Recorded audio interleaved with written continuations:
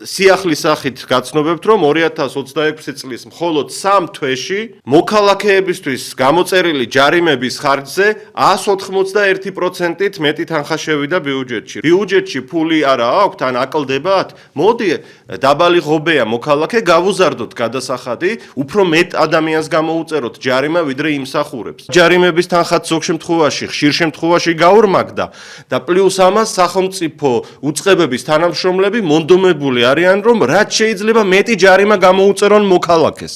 თუ წინა წელს არაშავებდა ეს ხალხი, ახლა 3 თვეში 2026 წლისა იანვარი, თებერვალი, მარტი 3 თვეში გადაირია მთელი ქვეყანა და მასობრივად დაიწყეს გადაცდომების ჩადენა?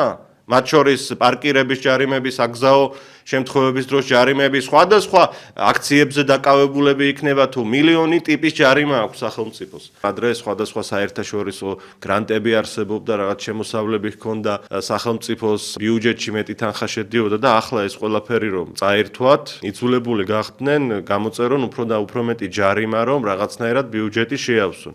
თითქმის ყველა წელს არჩევნები იყო და არჩევნების პერიოდში, არჩევნების წინა პერიოდში ხელისუფლება ყოველთვის ცდილობს, რომ ჯარიმები არ გამოწეროს, არ გააღიზიანოს მოქალაქეები.